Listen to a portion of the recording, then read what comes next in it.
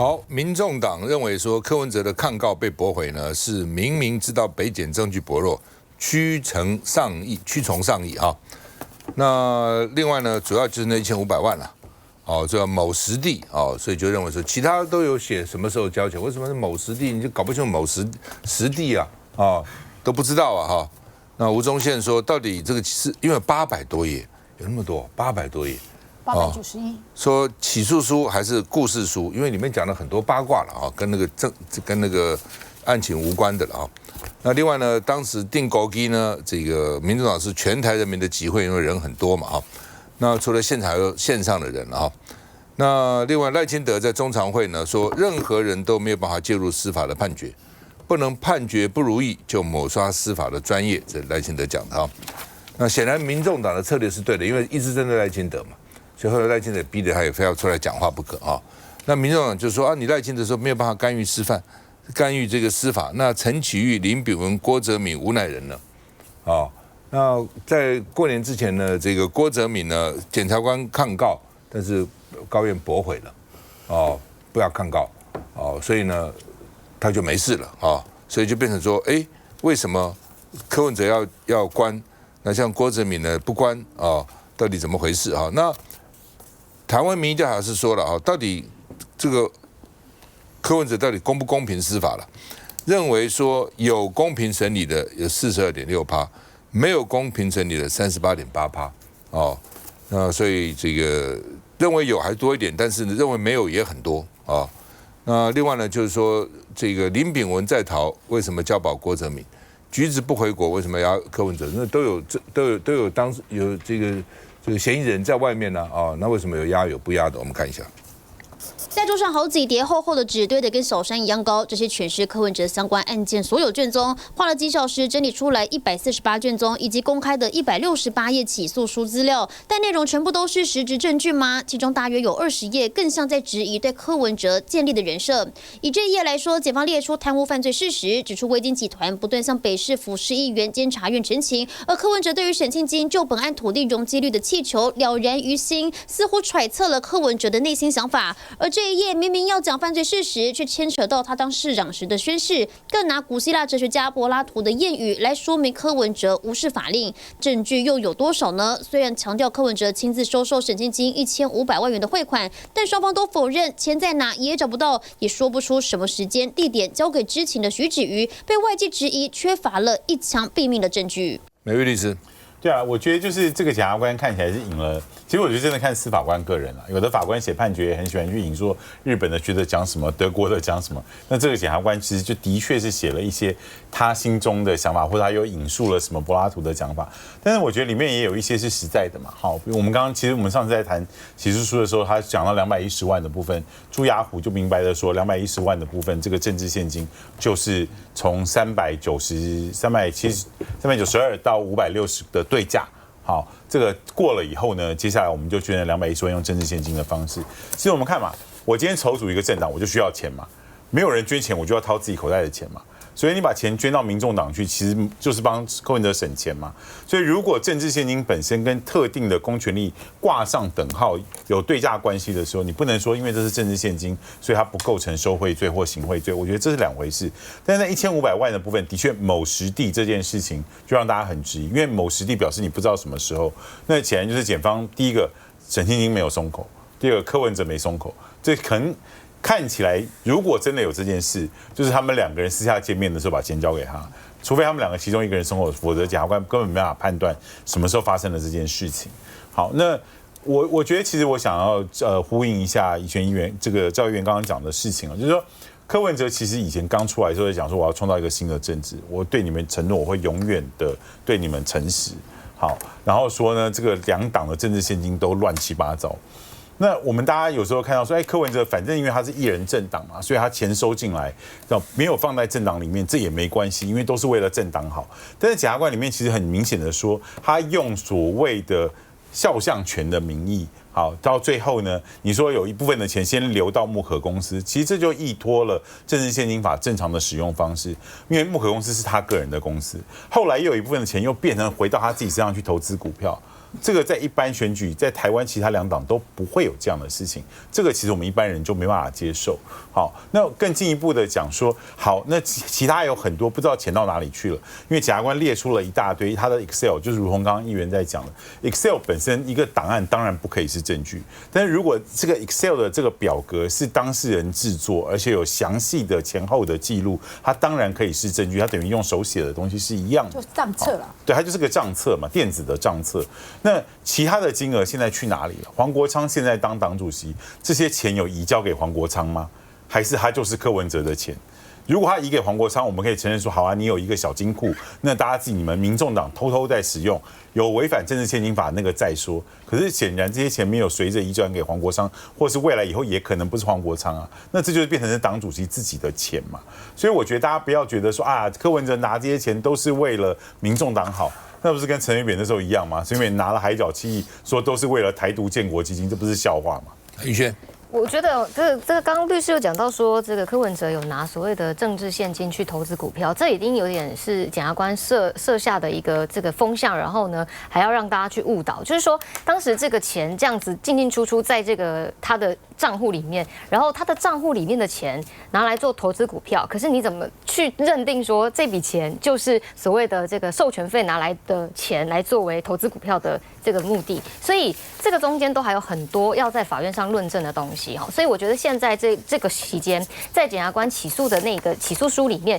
的确有看到非常多是对本来就会对这个被告非常不利的地方，可是呢有很多除了不利之外，还加油添醋。那这样子的状况，其实的确对于柯文哲前主席来说，是一个非常不利的状况。我们要讲就是说，包含刚刚大家一直在讲这个1500，他在那个起诉书里面讲的某时地，他怎么去影射呢？他说在当时呢有这个大笔的资金在威金集团这边提领，好，那这大笔的资金他就随便找了一个时间点，然后那个时间点呢大量的进出的这个钱，然后说这个大概有1600万，然后所以呢这1600万就是给柯文哲。那这个过程实在是中间缺乏太多实质的证据，是证明说你如何去从一个基本上每个月都有大笔资金来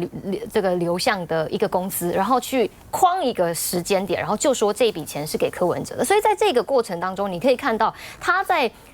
直接的证据上面去证实柯文哲有收贿，或者是说柯文哲真的有贪污的那个内容，是非常的不具证据力的。那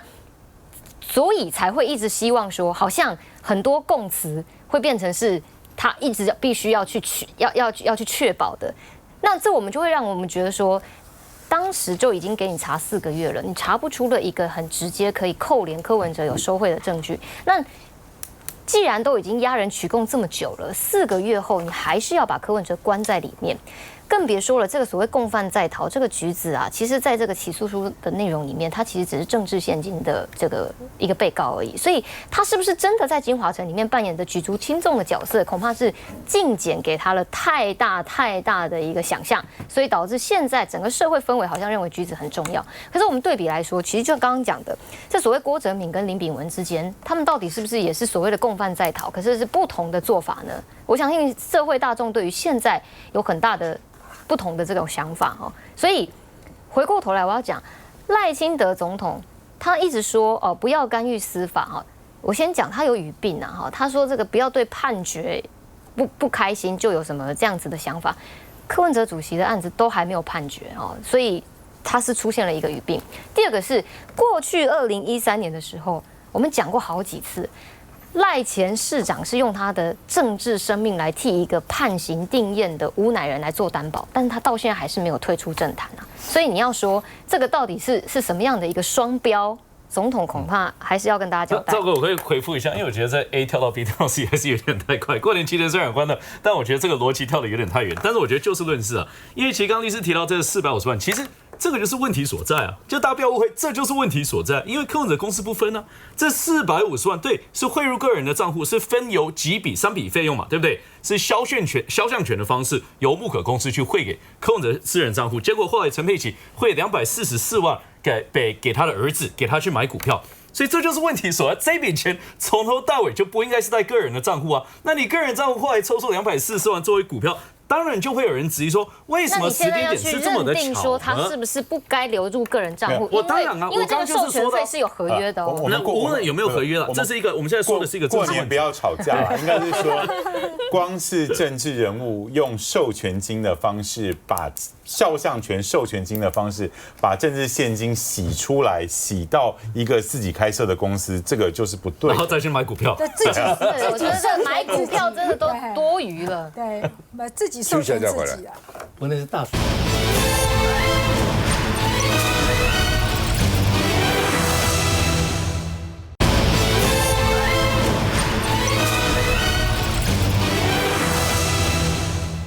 好，民众党何去何从啊？谁会担任党主席非常重要啊。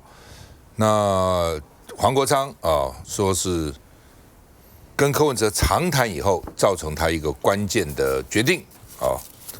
那另外呢，黄国昌说呢，柯文哲主要呢是希望能够维持第三势力的火苗，所以没有畏惧退缩的权利。那另外呢，这个本来蔡壁如说希望跟黄国昌沟通一下，但是呢，黄国昌显然也不沟通啊，也就认为沟通不重要了。我要参选党主席，跟你沟通什么呢？啊，那另外呢，民众党的日期是1月13号公布公告，然后1月17号礼拜五就报名截止，所以蔡壁如赶在1月17号截止的时候呢，宣布他要选党主席。啊，那由他的这个什么中央委员啊，中常委是吧？你们叫什么？中央委员说啊，蔡壁如也来登记了啊，所以现在看起来不是只有黄国昌了，蔡壁如也赶到最后一天也去登记了。那什么时候他们要办2场辩论啊？线上的这个辩论吧啊，他同时呢还要线上联署。那到了2月19号礼拜三，那会公告。那哪一天选举呢？2月15号选举，2月15号是选举人，然后会公布他们的得票数啊。所以现在变成有2个，本来以为黄国昌登记后，蔡壁如就不会登记了，可是蔡壁如还是登记。那另外呢，甚至呢，他好像还讲了说，